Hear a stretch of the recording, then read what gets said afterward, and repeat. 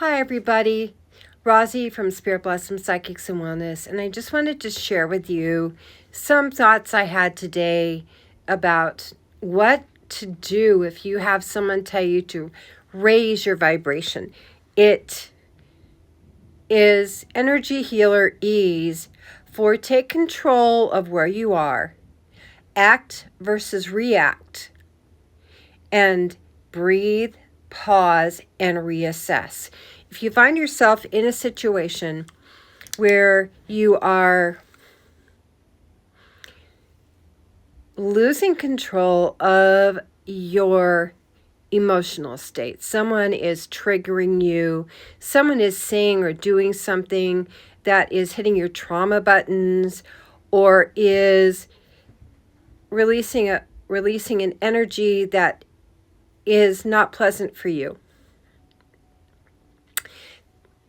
When we talk about raise your vibration, what we're saying is in that moment to take charge, not to be simply go along with what's happening. Now, by the time you've had the reaction, it's already in place. It takes 120, it's like 120 at the speed of light for it to occur. But what if instead of reacting, you just counted slowly 1001, 1002, 1003. You can do the brain hack, Mel Robbins, 5, 4, 3, 2, 1. Do a brain reset. You can do some EFT, some of the, the tapping that they talk, or the tapping technique, emotional freedom technique, which comes from thought field therapy. There's a number of different hacks that you can use, but you are ultimately responsible for your reaction, your vibe. In the moment that you're having a negative reaction, or you find yourself holding your breath, or you feel your appetite going away, something happening, instead of letting the trauma button take over, or the stress button take over, pause and do a reset. And don't react until, or act until you have given yourself time to reground your energy.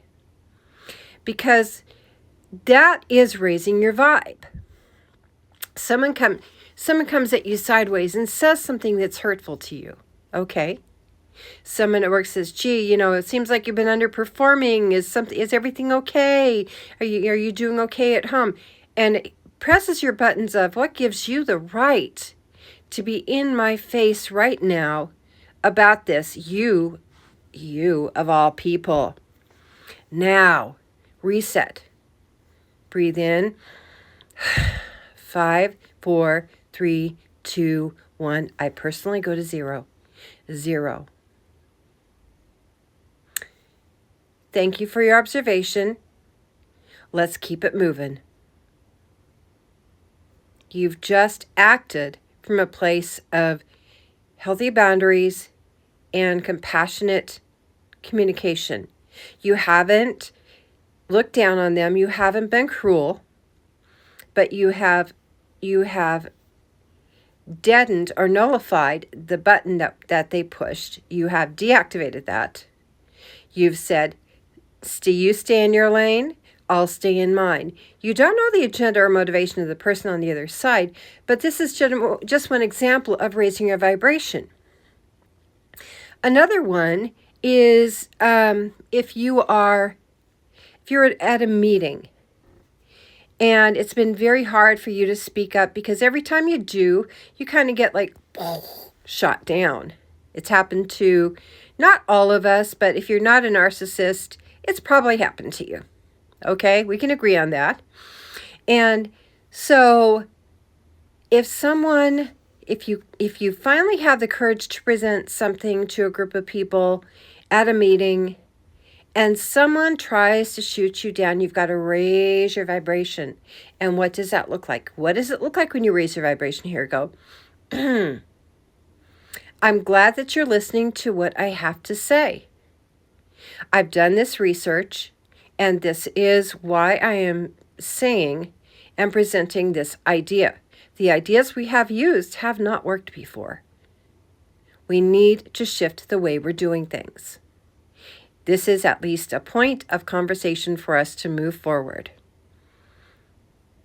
Now, you haven't been cruel, you haven't been unkind, but stand your ground. And they go, oh, well, we've tried that before.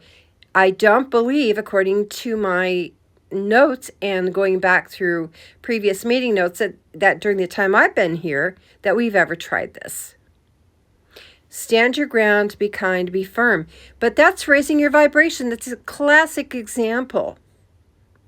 It's a classic example of raising your vibration, especially when you're dealing with people who are narcissists and people who are so self-oriented they want to drag you down, because if they can't be top dog, number one, successful, then why should you? Okay. Anytime that we get these lower emotions involved, like on Maslow's hierarchy of needs on the first pyramid, we get into that sense of egocentric, shameful, blaming, shaming model. That's the lower vibration. Maslow, at the end of his work, actually came up with a second hierarchy of needs pyramid, which goes into spiritual evolution, into really raising your vibration. Maslow knew his stuff, right? But raising your vibration is moving past your basic egocentric, self-serving needs, seeing the greater good, and holding a healthy boundary. A high vibration has a healthy boundary. It knows enough to say, no, thank you though, thank you, no, I appreciate your words, but I'm not going down that path. So there's ways to hold your boundary, keep your vibration high, and if you feel someone trying to press their agenda upon you or to force something on you, and as my daughter says so beautifully, that sounds like a you problem. Thank you for sharing this with me. Let's keep it moving. Raise your vibration. These are some practical examples and examples I have personally lived through. And it takes a lot of courage to raise your vibration. So please, dear ones, don't be afraid to raise your vibration, because when you do, amazing things start happening in your life.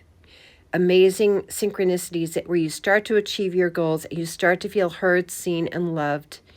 And it's showing up in the ways that meet your love languages.